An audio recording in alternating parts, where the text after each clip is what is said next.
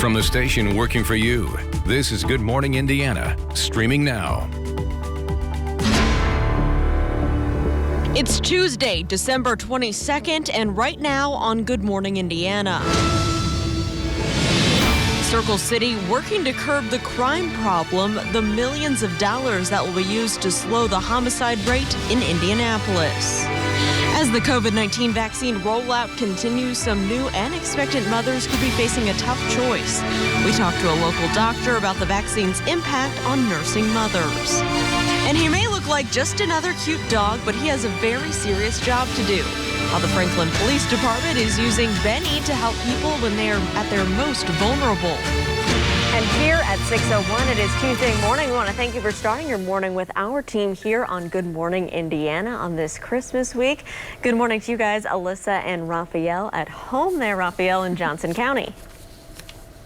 Lauren, good morning to you. I can't wait to tell you about the mental health unit that's being started here in Franklin. Yes. That's sort of coming up around 6:40. But first, of course, I think it's going to be a great day in central Indiana, and our Alyssa Donovan has, I think, a great forecast for a December day. You know what? You are right. This is a nice forecast. So no complaining today, Ralph. This is a good one. We are going to see those temperatures starting a little cold this morning. That is the only fluke to this forecast. Right now, we're in the 30s across the area. However, it feels more like the 20s when you step outside, feels closer to 23 degrees in Indy. So as you step out, definitely bundle up, and that's due to that wind that's out of the west right now, just about 10 miles per hour, making it feel just a little bit colder outside this morning. As we head through the day, though, we're going to see plenty of sunshine. High pressure is going to push out a lot of the cloud coverage we're seeing the first half of the day, and we'll see that sun this afternoon, which will help warm us way up. Our highs today into the 40s, which is about 10 degrees warmer than we should be this time of year. With that sun, those skies will clear, light winds,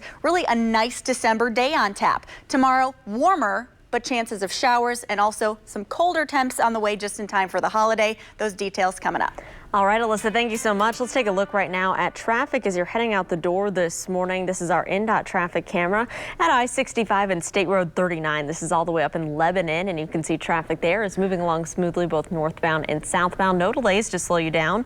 And around the metro area, overall traffic is traveling up to speed, so it's great news if you do have to head out to work early this morning. Raphael? So, Lauren, we begin this Tuesday morning with the help coming for struggling families and businesses right here in Indiana and across the country. A $900 billion coronavirus relief package is now on its way for the president's signature. Congress formally passed that measure just last night. In addition, lawmakers also tacked on a $1.4 trillion spending bill that will keep the government from a shutdown. Mr. Trump is expected to sign off on the deal in the coming days. That means that Hoosiers and Americans could start seeing the relief by next week, including $600 stimulus checks. This morning, Metro Police investigating a crash involving a trash truck. The crash happened just after 1 this morning on Kessler Boulevard at College Avenue. Metro Police tell WRTV that the garbage truck was headed south on College when it collided with an SUV headed east on Kessler. Police on the scene say that 2 men from the SUV were taken to the hospital for their injuries. This morning, their conditions have not been released to us. We'll bring you an update on the WRTV app as soon as we learn more information on this developing story. It is 6:04 in Indianapolis. The year 2020 will be remembered for record-breaking violence. This morning, WRTV's own Kelsey Anderson is joining us live with how the city is using funding to help keep violence from soaring in the year 2021. Kelsey, good morning. Hey, good morning, Lauren. So more than 230 homicides have been reported here in Indianapolis in just 2020, and that's why the city is now responding with $2.2 million that are going to go to programs to help combat that violence here in Marion County. So one of those projects is the Boys and Girls Clubs of Indianapolis. The club will receive $40,000 to fund its Evening Reporting Center program, which is an alternative juvenile detention. The Boys and Girls Club of Indianapolis is just one of 25 organizations receiving 26 grants from the Central Indiana Community Foundation. Maggie Lewis is the CEO of the Boys and Girls Club of Indianapolis, and she says the evening reporting program is year-round and serves about 100 boys and girls throughout the year. It's a tactic to keep at-risk youth off the streets and out of trouble after school. We're working with juveniles, young folks who've gotten caught up in the system, ages 12 to 18. And our goal is to help them get removed from that and help them get back on the right path, if you will. So every evening they're checking in with a team member from the Boys and Girls Club, let them know what's going on. And again, we literally go to their houses and pick them up and bring them to one of the clubs and work with them throughout the evening. So in a time where violence and trouble seems to be finding teens, giving those who have already been in trouble a safe and caring environment is part of the Boys and Girls Club's mission to tackle violence in Indianapolis. Now, the Central Indiana Community Foundation, they administer the grants using criteria and money allocated by the City County Council. So for a full list of where those 26 grants, where that money is going to be going, you can head over to this story right now on the WRTV News app. Reporting live, Kelsey Anderson, WRTV. Kelsey, thank you so much. Many groups doing a lot of good work in the Circle City. As the number of the homicides continues to grow here in Indianapolis, we want to keep you updated.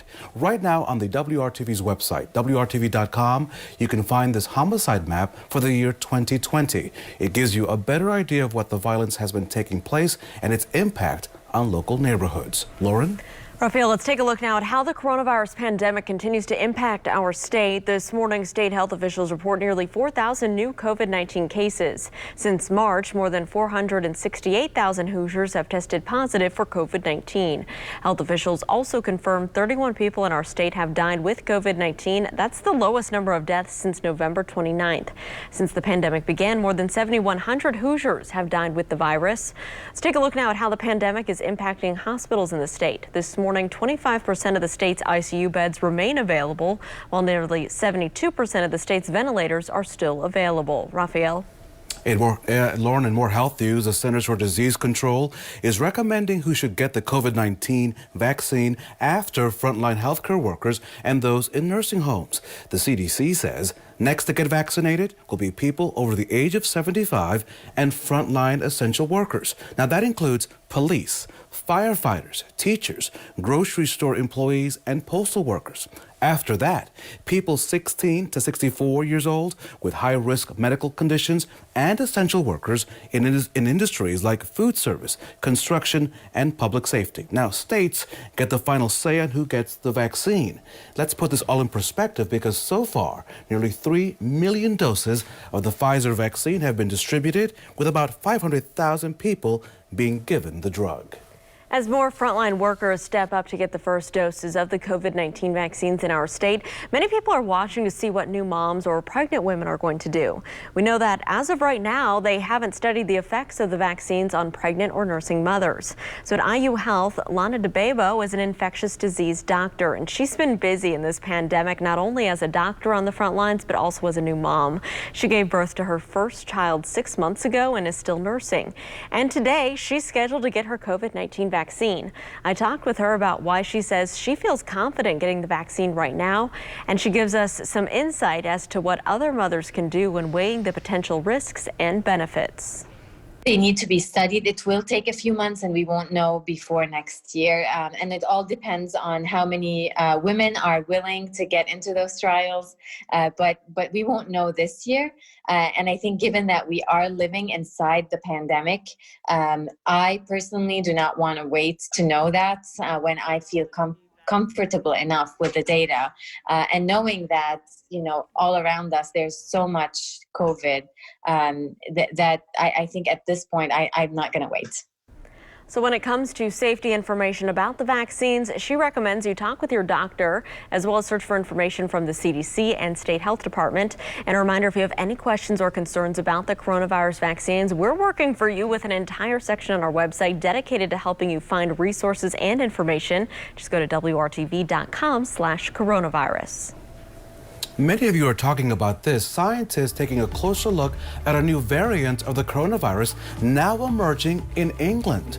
Just ahead, the new travel restrictions aimed at slowing the spread. And down in Franklin, the police department keeping busy, putting smiles on kids' faces, how they're working to make sure that every kid has a toy this Christmas. Alyssa.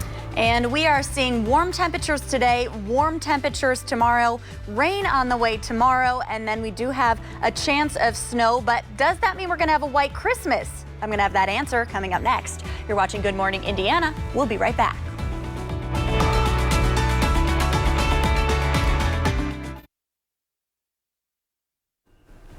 Welcome back. Let's get a look at traffic this morning. This is I-465 near Keystone Avenue up on the north side. Traffic's moving along smoothly both eastbound and westbound. No delays right now to slow down your commute on this Tuesday, but of course we'll keep you updated. Rafael? Lauren, the United Kingdom is getting cut off from the rest of the world. You see, several countries are imposing new travel restrictions on Britain because of that new coronavirus mutation spreading throughout that country. People were left stranded at airports yesterday, and trucks with exports, they were just backed up for miles. More than 40 countries have either banned travel from the United Kingdom or issued some sort of restriction. The United States is not one of them. As of right now, the CDC is advising against travel to the UK, and the U.S. State Department says travelers should reconsider their visit. Well, and here's a sign of hope. Back here in the United States, the first Moderna coronavirus vaccine shots were given across the country Monday. Moderna is the second vaccine to be given emergency authorization in the U.S., along with Pfizer's version. This comes as the country's case numbers now pass 18 million. President Trump's efforts to challenge the results of the November elections has hit another setback this week, and this time coming from his own Attorney General. William Barr, just days left in his role as AG, announced that there was no legal basis to seize the voting machines that were used in the November elections. Barr went on to say there was no widespread voter fraud that would change the outcome of the election, and there's no reason to appoint a special counsel to investigate that matter. Mr. Barr is set to step down from his job as AG tomorrow. Colleges have been reporting drops in enrollment, but a new analysis finds it's the same deal for grades K through 12. The Associated Press teamed up with the non-for-profit group Chalkbeat to collect data from all 50 states. So far, 33 have responded, showing that public school enrollment fell by 2% this fall. That translates to about 500,000 students. The AP expects that number to be more once they get more data for the remaining 17 states. Typically, enrollment goes up each year by 0.5%. Some students may have shifted to a homeschool curriculum, but educators believe there are many kids who are no longer in school at all because of the pandemic. So if you didn't get very lucky here in central Indiana last night trying to see that so-called conjunction, you may still get a chance. This celestial event will be visible in the night sky each night until Christmas. A conjunction is when objects line up in the sky, and this one in particular involves Jupiter and Saturn. It creates what many are calling the Christmas star. It hasn't been seen like this in over 800 years. So be sure, if you're out tonight, be sure to look up at the night sky just about an hour after sunset. And we mentioned that earlier it was a little cloudy in areas here like downtown, Alyssa, where you are, areas to the north. But Rafael, down in Johnson County, at least in Greenwood where I was, it was a beautiful sight. We could see it out our window and out our front porch. So I don't know if you saw it down in Franklin or not. I did not, because I go to bed early, but you should go to Lauren's Twitter feed because, of course, you can see the pictures there. But you know what?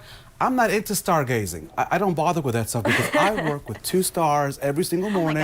So here they are on WRTV. I know.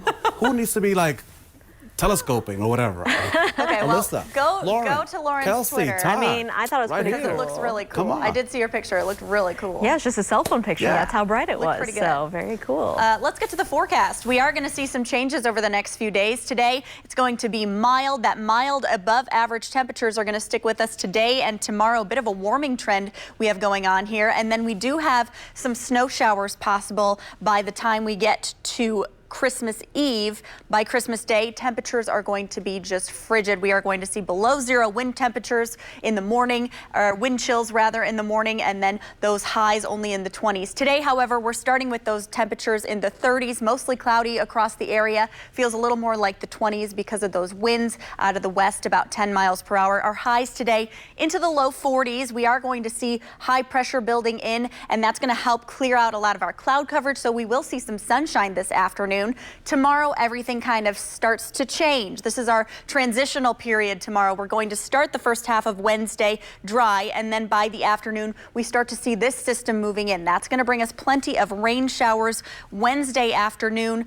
an overnight into Thursday morning. But what's going to happen between then is that we are going to see a cold front pass through, and that's going to really pick up those winds quite a bit. We're going to see those wind gusts by Thursday afternoon, about 40 miles per hour in the afternoon, and it's also going to bring us some much colder air. So we are on the mild side of this system right now with those temperatures in the 40s and 50s, but then cold air, that's coming in next, and that's really going to transition on Thursday night into, or rather Wednesday night into Thursday morning. So here's what we're talking about. By Thursday, right around 12:30 a.m., that's when we're going to start switching over to that rain snow mix and eventually just snow. Now, the models are not agreeing quite yet on our snowfall totals, but I just want to show you what they are saying right now. We're looking at just about a dusting in Indy on one model, and then we are looking at just about 2 inches on another model. So we could see really anywhere from a dusting to 2 inches. So when I say, are we going to have a white Christmas? It kind of depends on when we start that transition from rain to snow in the morning and just how long we see those snow showers. So Christmas Eve, that's when we're going to see those snow showers. It will be early in the morning. Temperatures will be in the 30s for the rest of the day, and then we're going to see cloudy skies. By Christmas Day, that real cold sticks in, and that's when we're starting our temperatures right around 11 in the morning, 21 degrees for the high, depending on just how much snow we get on Christmas Eve. Depends on if we have that white Christmas on Christmas Day. We won't see any snow falling from the sky on Christmas Day. If anything, a few flurries outside, but that's the most. Looking at our 7-day forecast, 43 today, partly cloudy to start, and then we start to see that sunshine this afternoon. Afternoon showers on Wednesday, highs in the 50s, and then Thursday is when we see those snow showers. Friday, 11 degrees to start, wind chills below 0, 21 degrees for the high. All right, Alyssa, thank you. Let's take a look right now out at traffic. This is on I-70 near the airport ramps. Maybe you're heading out to catch a flight early this morning or dropping someone off at the airport. You can see traffic there is getting busier along Interstate 70 in both directions, but it's still traveling smoothly, so no delays to slow you down this morning, and that is good news. Raphael? This morning, one of America's premier military academies is dealing with the largest cheating scandals since the 1970s. 73 cadets at the United States Military Academy are accused of breaking its honor code. All but one of them are in the first year at West Point, known as plebe year. They're accused of cheating on a calculus exam back in May when the pandemic forced the school to shift to virtual classes. 55 students have been placed on probation for the rest of the year because of this ongoing scandal. 4 cadets resigned, and 4 more will face a cadet advisory board. With online shopping taking center stage this holiday season, brick and mortar stores are left struggling. Clothing stores and specialty retailers are trying their best to draw in customers in hopes for a last-minute holiday shopping surge. Many are offering big discounts and promoting curbside pickup. Retail experts say the holiday season has always been make or break time for struggling shops, but this year the number of stores is much higher. Lauren, here in Johnson County, the Franklin Police Department has spent the last few days filling toy orders. Here are the toys already out the door this morning, and they had a bunch too. The department's 3rd annual community holiday toy drive helped more than 80 local families. People are very, very grateful, and it's been very rewarding for us to be able to see that and be able to see people be so happy and be so grateful for the gifts that they've been given. Now, over the weekend, a number of private donations were dropped off at the police headquarters.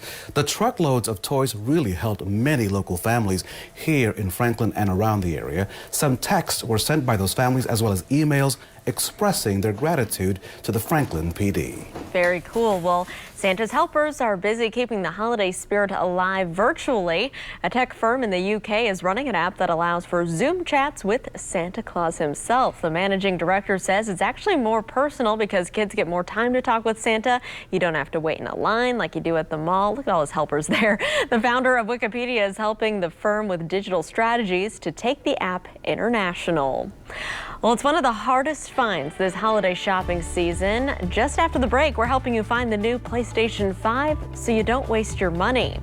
And good morning to you in Lebanon, Tipton, and the Giants of Ben Davis High School on the west side of Indianapolis. It is a clear morning out there. This is a live look over Indianapolis from our tower camera. You're watching Good Morning Indiana right here on WRTV, and we're going to be right back.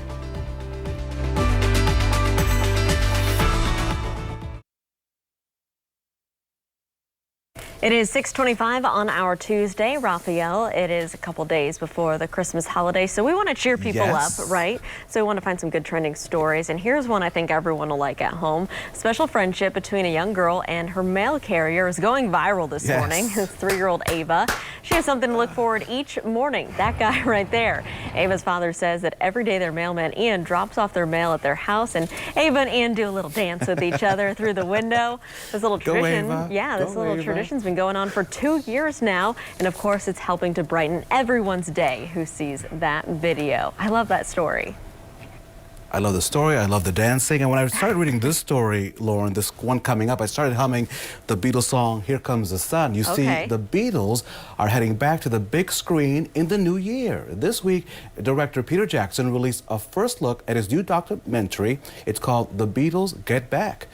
Jackson and his team are working with more than 60 hours of previously unseen footage from the Fab Four's pivotal 1969 recording sessions.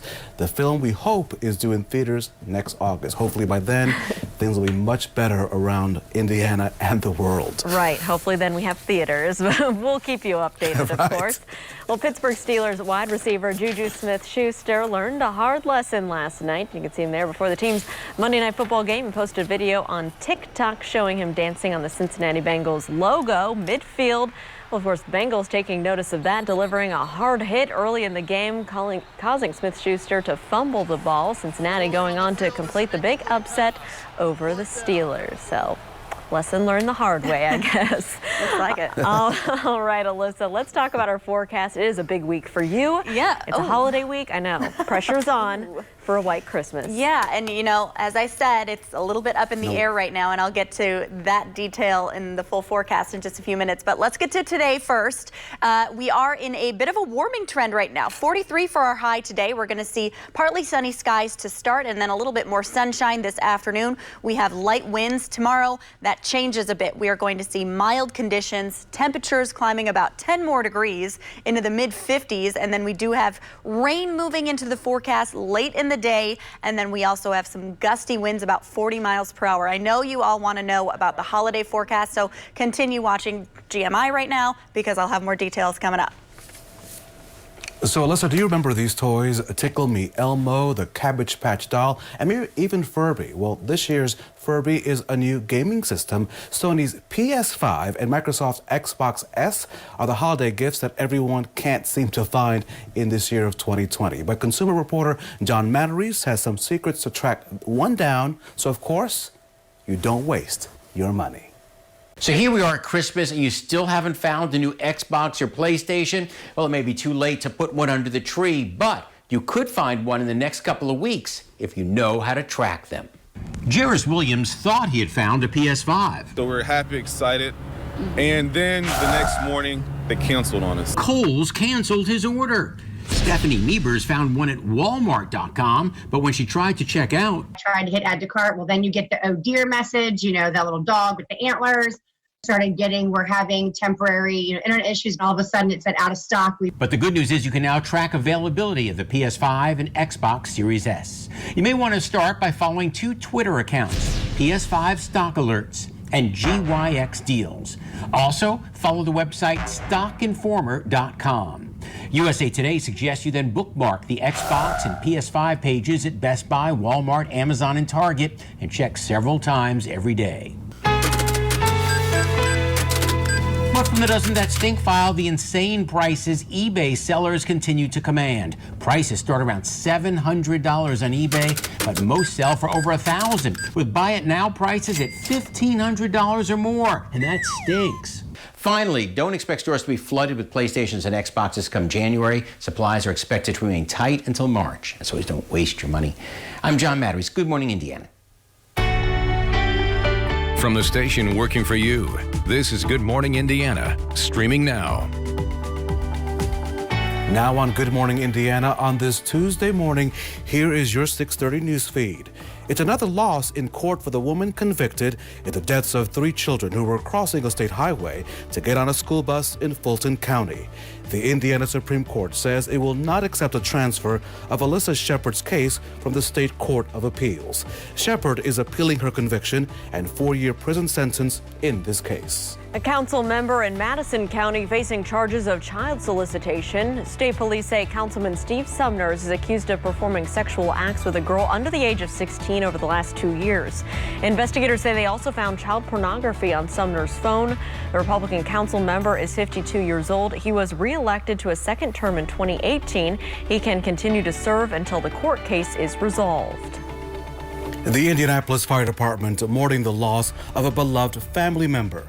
Roger Birchfield had retired as a photographer from the old Indianapolis News newspaper when he went to work for the fire department in 1999. His pictures of firefighters in action have been frequently used by WRTV and other news media as recently as last week. The fire department says that Birchfield died this past weekend at his home in Canby. On a personal note, he was a great guy, always helpful and professional to me. He was 81 years old. Yeah, we're gonna miss him. Well, the Colts have more to celebrate following their win this past Sunday. 3 members of the team have made the Pro Bowl, that is. Center Ryan Kelly, linebacker Darius Leonard, and offensive lineman Quentin Nelson were all named to the Pro Bowl squad. It's the second Pro Bowl for Kelly and Leonard and the third for Nelson. There will be no actual Pro Bowl game this year because of the pandemic, but congratulations to those 3 guys. All right, it is 6:30 here. Yes, yeah. Go Colts. Go Christmas. We've got our forecast coming up. Raphael, I don't know, are you a white Christmas guy? Because I'm a white Christmas kind of gal. You mean like the song or the actual snow on the ground? Like the actual snow on the ground. Well, as you know, I have a snowblower that I've been trying to use for the past 3 years, so once that falls, I just clear it out the way. But Alyssa Donovan, if you have any good news for us, we will take it. We'll even give you extra cash. Oh, well, all right. Well, that makes me want to change my forecast a little bit. A little bribe. Because right now, the fact of a white Christmas is still pretty up in the air. We're going to get some snow on Christmas Eve, but just how much yet is still a little bit uncertain. Not likely we'll get any snow on Christmas Day, though, if anything, a few flurries. But I want to talk about today. Today, we're going to see those temperatures a bit warmer than average. We're starting with those temperatures in the low 30s. Feels more like the 20s because of the winds. By the noon hour, we'll hit right around 38 degrees. High pressure is building in today as well. So we had this disturbance that moved through last night. That's left us with just some clouds across the area this morning. Those are going to clear out, though, as that high pressure takes control. That sunshine is going to help warm us up as well. So we'll be into the mid 40s for our temperature highs today. That's about 10 degrees warmer than we typically are this time of year. And tomorrow, we're going to be about 20 degrees warmer than we typically are this time of year. But don't get used to it because much colder air filters in right after that, just in time for Christmas Day. All of those details coming up. All right, Alyssa, thank you. Let's take a look at your commute this Tuesday morning, taking you down here to Johnson County, where Raphael is in Franklin, I-65. This is State Road 44, exit 90 down there in Franklin, the exit to get off. And Franklin and Shelbyville, you can see traffic is moving along up to speed, both northbound and southbound. No delays to slow you down. Of course, we'll keep you updated on any issues. Here at 6:33, let's get to the latest on the coronavirus pandemic in our state. Monday's report from the State Health Department brought some good news. First, the department reports fewer than 4,000 new COVID-19 cases. That's the lowest number of new cases reported in a single day since November 5th. The department also says 31 more Hoosiers have died with the virus. That's the lowest single-day death report since November 29th. And we know every Monday the State Health Department shows us how the virus is impacting our schools by updating its school dashboard. The department is now reporting nearly 2,100 new student cases of the virus. The school dashboard also shows nearly 900 new cases of the virus, and teachers and school staff members will keep you updated. Let's talk about your money on this Tuesday. After marathon year-end negotiations, Congress has finally passed a bill that will provide financial relief directly to you for the first time since March. The $900 billion measure is larger than what Senate Republicans had wanted and much smaller than 2 COVID relief bills passed by the Democratically controlled House. Here's a look at what this bill means for Hoosier families. The package would send direct stimulus payments of $600 to most Americans. That's half the amount from the first round of checks that went out in the spring, as you may recall. If you are unemployed, you'll be eligible for an extra $300 a week in benefits for another 11 weeks. There will also be an extension of 2 other pandemic unemployment programs that were created by the CARES Act back in March. Those programs are currently providing payments to about 12 million Americans. The bill would also reopen the Paycheck Protection Program, Raphael, where some small businesses can once again apply for loans. It will also extend the federal ban on evictions for 1 month until January 31st. A new report from the U.S. Census says around 12 million Americans are currently behind on their rent, and they could face eviction at the end of the year. President Trump is expected to sign the bill as early as today, and the White House says direct payments could begin arriving as soon as next week. Trying to provide reassurance as a new battle in the COVID-19 pandemic is now underway. Next, the nation's top doctor tells us that now is not the time to panic. And sometimes jail is not the answer. Coming up, we'll have a live report on a new effort to keep young people who get in trouble from going down a harder time later on. It is 6:36 here on our Tuesday. We'll be right back just after this short break. Stay with us.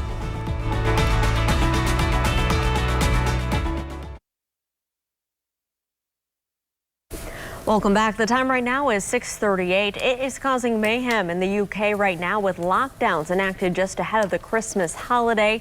But the top doctor here in the U.S. says now is not the time to panic about reports of a new variant of the coronavirus. Lauren, this morning we are hearing from Dr. Jerome Adams. He is the U.S. Surgeon General, and he says the government is looking very closely at this new virus strain. The former Indiana State Health Commissioner says that there is no evidence the new strain is more dangerous. He says the White House is working with the World Health Organization and the Centers for Disease Control to see if the new strain behaves any differently than the original strain. Dr. Adams says it is a reminder that we should all wear a mask, social distance, and put off this year's holiday gatherings if possible. We're going to follow the science, but the recommendations don't change. As a matter of fact, it means we need to double down on the recommendations. Wear a mask, wash your hands, watch your distance, and wait on holiday gatherings this year. More than 40 countries are banning travel to and from the United Kingdom, where the new strain is, we're told, spreading very rapidly. So far, the United States has not banned travel to the UK. Here at 6:40, in addition to being a rough year because of the pandemic, 2020 will be remembered in Indianapolis for record violence. The city is now working with organizations to try and make 2021 more safe.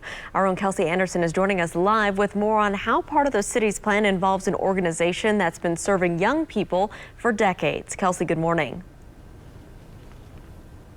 Hey, good morning. So Indianapolis setting a record this year with more than 230 homicides happening in the Circle City. And so now the city of Indianapolis is backing that with $2.2 million going towards projects that are hopefully going to make Marion County safer. So they're doing this, again, to hope to combat the crime in Marion County. And one of those projects is the Boys and Girls Club of Indianapolis. The club will receive $40,000 to fund its Evening Reporting Center program, which is an alternative juvenile detention.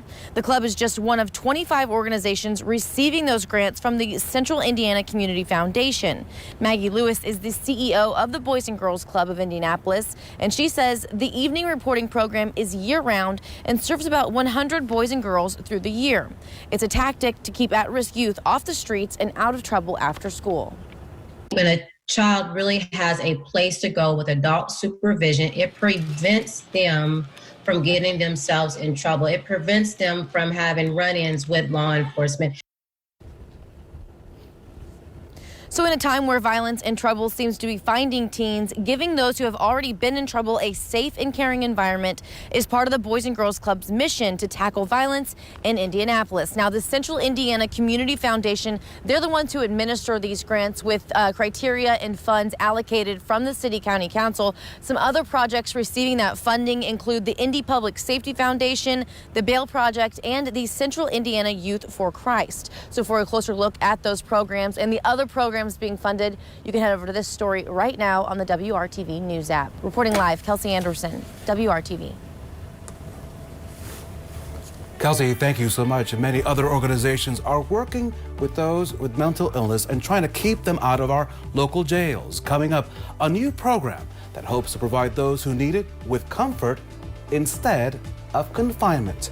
But first, let's check your local forecast on this Tuesday with our very own Alyssa Donovan. Good morning, Alyssa. Good morning, Raphael. I wanted to look ahead to our Christmas Day forecast and show you our low temperatures for the holiday. 11 degrees here in Indianapolis, below zero wind chills. I'll have more details on that coming up next. You're watching Good Morning Indiana. We'll be right back. It is 6:45. New this morning, a woman from Grant County who is charged with the murder of her stepdaughter will go on trial a second time next April. Amanda Carmack is accused of killing 10-year-old Skylee Carmack in September of 2019. Little girl's body was found in a shed behind her home in Gas City. Stepmother's first trial ended in a mistrial last month because of complications from the pandemic. All jury trials in the state have since been suspended. Amanda Carmack admitted the killing to police, but her attorneys say she suffers from mental illness. And only here on WRTV, Raphael, an effort to help people with mental health illnesses keep them out of jail. 2 years in the making, Lauren, the Franklin Police Department has beefed up its police force with 2 additions that it believes will help people in crisis. This Australian Labradoodle may be cute, but it's his command to show compassion and care that makes him a valued addition to the Franklin Police Department. Benny the therapy dog will assist in tackling mental health issues. I kind of see myself as being able to bridge that connection between the police officers and actually getting the folks the services that they need. Benny, nice. Good boy. That's a good boy. Karen Schaefer is the trained expert. She'll use the dog to respond to a number of 911 calls, including attempted suicides, depression, domestic violence, and homelessness. The theory is to decrease the police officers having to respond to the mental health calls that don't really require police action. This year alone, from January through October, Franklin officers responded to 245 mental health calls. That's compared to 128 calls for all of 2019. The pandemic may be to blame, but the need is real. This dog is a socialized dog that is utilized for communication between 2 individuals. And so I would say, in the 90s, 92, we would have never thought of this program. Professionally trained, they're trained to give that extra piece of comfort that an individual might not be able to give. The police department has invested more than $84,000 on a community program that it hopes will connect people to vital services, especially if they don't need to be in the county jail. And this program has also been about working with the community. Victory Church here in Franklin raised Lauren $14,000 to get the dog and to also cover the cost of training, which will cover at least 3 people, the police chief, Ms. Schaefer, and another police officer. And so, Raphael, just so we're clear, will Karen Schaefer, that trained expert, will she be responding directly to the 911 calls there in Franklin? She won't directly respond to the 911 calls per se, but she will be working with the officers who do go out on those mental health cases, and she'll work with them on those appropriate cases. And Lauren, I'm also learning that the department will be reaching out to Metro Police, which has a much bigger mental health unit, to get better ideas on practices, policies, and procedures to make sure that what happens in Franklin works and serves as many people as possible. All right, well, we'll be checking in with how it's going down there. Thank you for that story, Raphael. Well, the pandemic is pushing back Fiat Chrysler's plans to reopen a closed Kokomo factory. You may remember back in March, FCA executives announced a $400 million plan to convert the Kokomo transmission factory into an engine facility. The plan was supposed to happen within the first 3 months of this new year. Well, now the reopening has been delayed until the end of 2021. The automaker says an 8-week shutdown earlier this year is one of the main drivers behind the delay. The Kokomo facility will build engines for Jeep Wranglers and Cherokees. Those are currently built in Italy.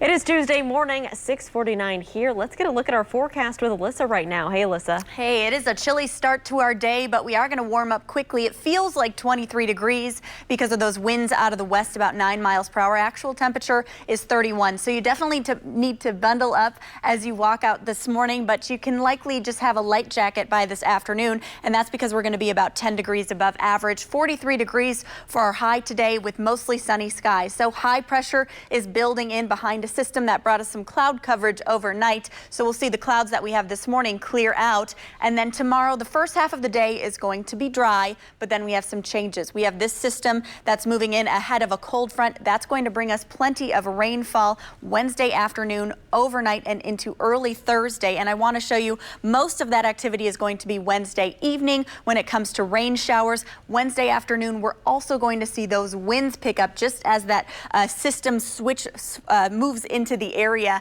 on Wednesday. So we're looking at those wind gusts about 35 to 40 miles per hour Wednesday afternoon and evening. Those aren't damaging winds, but they are winds that you will notice when you step outside. Looking ahead to Thursday, we are going to see that cold front pass overnight Thursday, and that's when we are going to see a transition to snow early Thursday in the morning. Our graphics right now are showing about 1 or 2 a.m. is when we'll start to see that switch to rain snow mix and then over to snow. And we are looking at anywhere from a dusting to maybe 2 inches of rainfall. And again, that also depends on just when we do that switch from rain to snow, and it depends on those temperatures as well. But right now it does look like we are going to see at least some light accumulation on the ground. Behind that, much colder air is going to be in place. So we have that cold front that will pass, and then we'll see this pool of Arctic air over central Indiana for Christmas Day, really just in time. So here is our lineup for the next 2 days, for the holidays, I should say. For Christmas Eve, we're going to start with those snow showers. Temperatures will be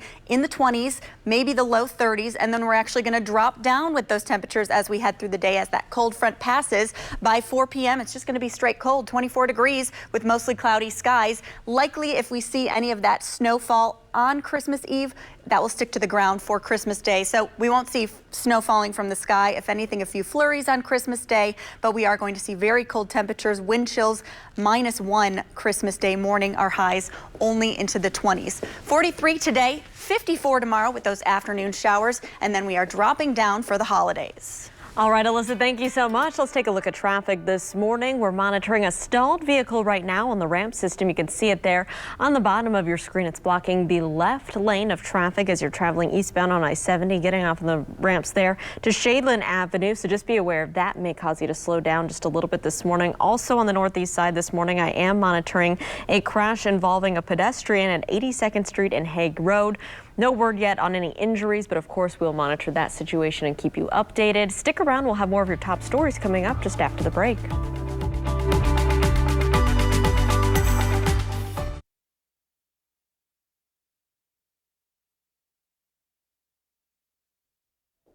And it is 6:55 here on Good Morning Indiana. Alyssa's going to have a check of our Tuesday forecast here in just a minute, but Raphael, first let's check in on the top stories. Metro Police investigating a crash involving a trash truck. This crash happened just after 1 this morning on Kessler Boulevard at College Avenue. Police tell WRTV the garbage truck was headed south on College when it collided with an SUV headed east on Kessler. Police on the scene say that 2 men from the SUV were injured. The CDC is recommending who should get the COVID-19 vaccine after frontline healthcare workers, those in nursing homes. CDC says the next to get vaccinated will be people over the age of 75 and frontline essential workers. That includes police, firefighters, teachers, grocery store and postal workers. Now each state will get the final say on who gets the vaccine. Despite the pandemic and thanks to your generosity, the 20th annual WRTV Toy Drive was one of the most successful ever. This was the scene at Grace Church Care Center, one of the community partners that we work with, as families selected gifts for their children. The center serves families in Hamilton and Northern Marion counties all year round. And again, all of you out there, Hoosiers, simply amazing. Thank you so much for your generosity in helping the toy drive be a success this year, Lauren. Yes, thank you so much to everyone out there. In the spirit of giving, Alyssa's giving us a look at our Christmas forecast, a little sneak peek. Alyssa, what can people expect? You know what? It's going to be cold. That's really all I can say about it. We are going to see those temperatures fall at the end of the week, but right now we are in a warming trend. 43 for the high today. We're going to see a little bit of sunshine this afternoon. Afternoon showers tomorrow, highs in the 50s on Wednesday, and then we drop off. Snow showers possible Thursday morning. Christmas Day, morning lows in the single digits in some areas, highs only in the 20s. All right, Alyssa, thank you, and thanks for joining us. We're back here in 25 minutes and throughout Good Morning America. We hope you have a great Tuesday.